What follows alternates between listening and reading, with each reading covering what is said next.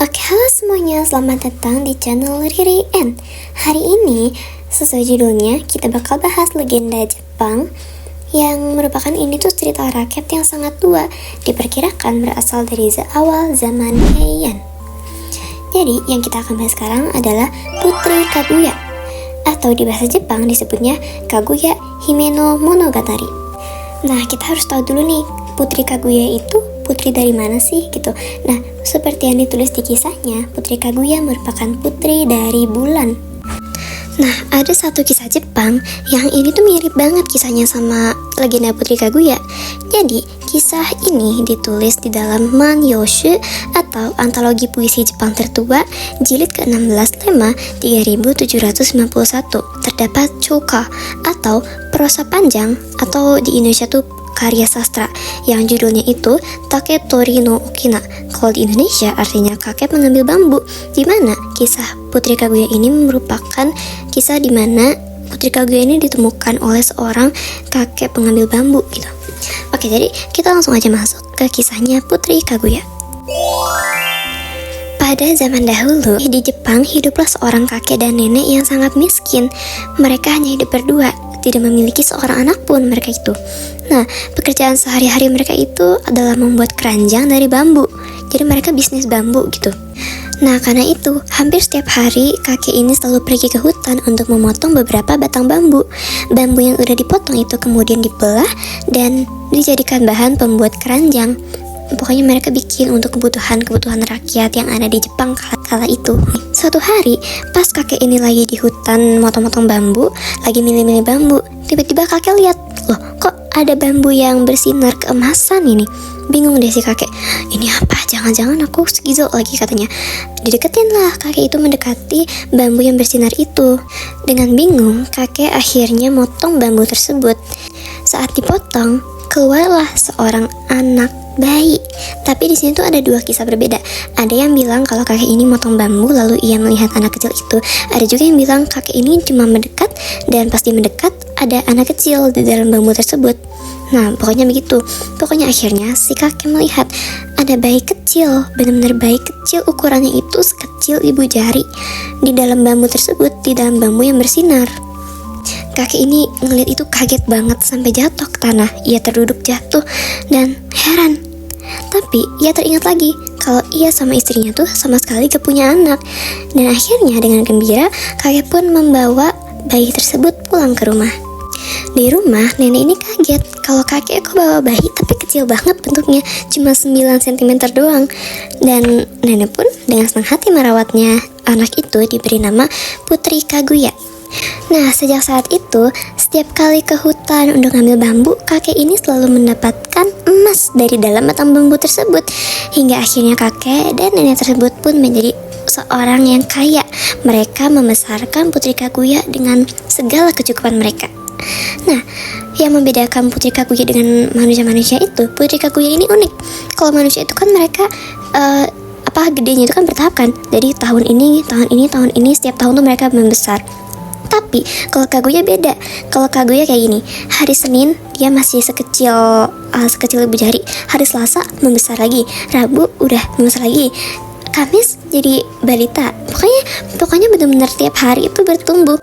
Nah, di legenda yang dibilang dalam 3 bulan Kaguya ini tumbuh menjadi seorang putri yang sangat cantik. Rambutnya hitam bersinar, kulitnya kuning keemasan, dan wajahnya Kaguya pun seakan-akan mengeluarkan cahaya yang menyilaukan mata. Nah, berita tentang kecantikan Putri Kaguya ini tersebar ke seluruh penjuru negeri. Jadi makanya setiap hari ini selalu berdatangan pria-pria yang mau meminang Putri Kaguya.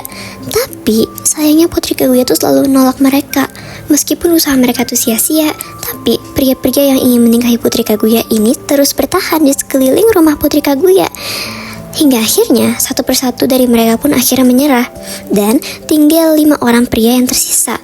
Dan 5 orang ini pun merupakan pangeran dan pejabat tinggi semuanya. Jadi benar-benar mereka itu bangsawan gitu.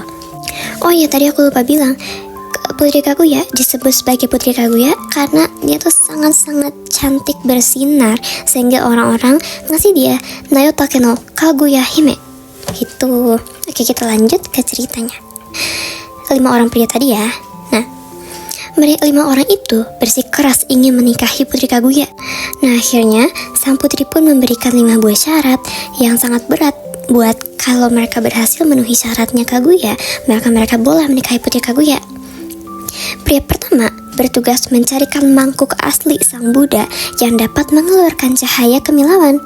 Pria kedua bertugas mencarikan bunga azela, emas, dan perak seperti dalam legenda. Pria ketiga bertugas mencarikan tikus api dari Cina. Pria keempat bertugas mencarikan permata naga yang berwarna-warni. Sedangkan pria kelima bertugas mencarikan kerang laut burung walet. Nah, mereka benar-benar dikasih tugas yang berat banget karena Putri Kaguya emang pada dasarnya gak mau nikahin mereka. Jadi mereka dikasih tugas ini karena Putri Kaguya tahu ini tuh gak mungkin dan itu impossible banget. Namun, setelah ditunggu beberapa waktu lama, kelima pria itu datang dengan membawa benda-benda yang sudah disyaratkan oleh Putri Kaguya. Tapi, benda-benda itu tuh palsu semua. Pria pertama membawa mangkuk biasa yang tidak mengeluarkan sinar sama sekali. Pria kedua datang membawa tanaman bunga azela dengan 10 emas dan perak. Pria ketiga membawakan tikus-tikus yang bulunya diwarna dengan pewarna merah. Pria keempat membawakan batu permata biasa. Sedangkan pria kelima juga hanya membawa kerang yang ia temukan di pantai. Melihat itu, Putri Kaguya marah. Ini gak sesuai sama syarat yang aku kasih ke kalian. Akhirnya, 5 pria itu tidak ada satupun yang berhasil meminang sang putri. Mereka pun akhirnya pulang ke negeri masing-masing dengan rasa kecewa. Nah, berita kegagalan ini terdengar sampai ke kaisar yang ingin bertemu dengan Putri Kaguya. Sang ayah Kaguya membujuk Kaguya agar mau menikah dengan kaisar, tetapi tetap Putri Kaguya menolak dengan berbagai alasan. Hingga akhirnya sang kaisar pun dipertemukan dengan Putri Kaguya. Sayangnya Putri Kaguya sama sekali gak mau nunjukin dirinya di depan kaisar. Dia benar-benar nutup diri dari semua pria yang mau bertemu dengannya. Sang kaisar pun akhirnya memutuskan untuk menyerah setelah ia dan Putri Kaguya ini saling bertukar puisi. Nah, musim gugur pun tiba. Entah kenapa Putri Kaguya ini kok dari kemarin ngelihat bulan terus ya, menghabisi malam dengan memandangi bulan. Udah gitu dia tuh menangin bulan itu sambil menangis. Setiap kali ditanya sama orang-orang, ditanya, "Kenapa kamu menangis, Putri?" Putri Kaguya sama sekali gak mau ngejawab. Hingga akhirnya sang kakek dan nenek pun bertanya dengan khawatir, "Putriku, kamu kenapa? Apa yang lagi kamu pikirkan? Dari kemarin sifatmu aneh, Nak." Akhirnya, sang putri pun menjawab, "Kakek, nenek, terima kasih sudah merawatku hingga saat ini. Tapi sayangnya aku bukan berasal dari bumi. Tempatku di bulan, dan pada tanggal 15 bulan September nanti, tepat pada saat bulan purnama, orang-orang di bulan akan menjemputku kembali untuk kembali ke negeri asalku, Bu." "Ya, ucap Putri Kaguya dengan penuh tangisan. Ia menangis semakin menjadi-jadi.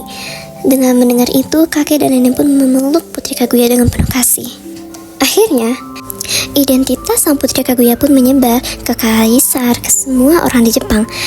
Akhirnya, mereka pun melaporkan kepada penguasa daerah setempat agar mengirimkan pasukan yang banyak untuk menjaga sang putri dari orang-orang bulan.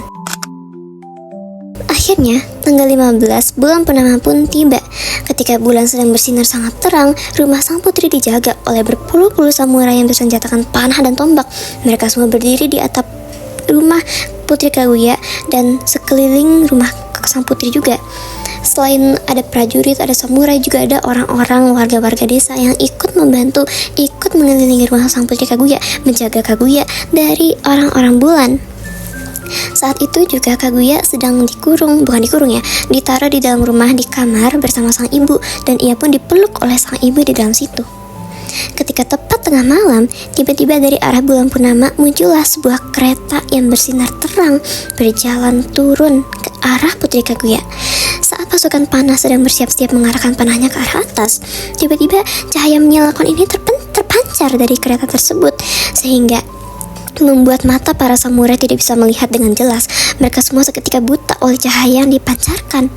Di atas kereta tersebut juga ada seorang putri, dan putri itu pun turun dari kereta itu untuk menjemput Putri Kaguya dari dalam rumah.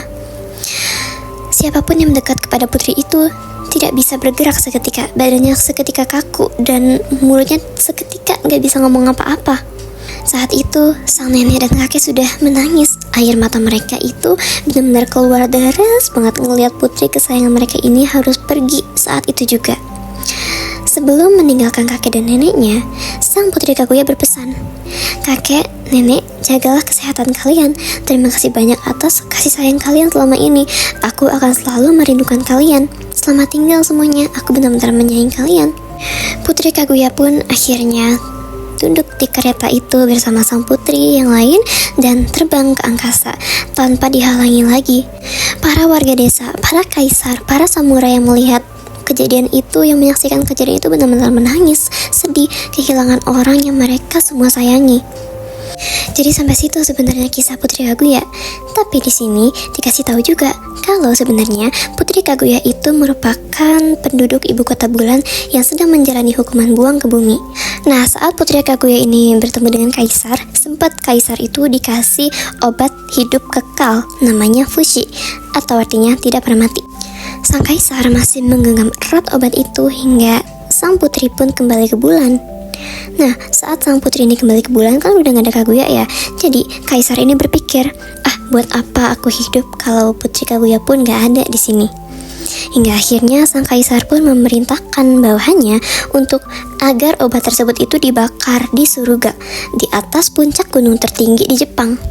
Nah, obat itu kan udah dibakar di atas gunung tersebut.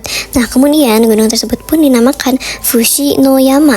Dan akhirnya nama itu pun berubah menjadi Fujiyama. Itu dia asal muasal adanya gunung Fuji di Jepang. Obat yang dibakar di atas gunung itu kabarnya membuat gunung Fuji itu selalu ngeluarin asap hingga sekarang gitu. Nah, jadi begitu asal muasal gunung Fuji dan juga legenda dari Putri Kaguya dari Jepang. Gimana, kalian seru nggak sama ceritanya? Jadi mungkin segitu aja dari aku. Terima kasih udah mau ngedengerin dan sampai jumpa di next video. Bye bye.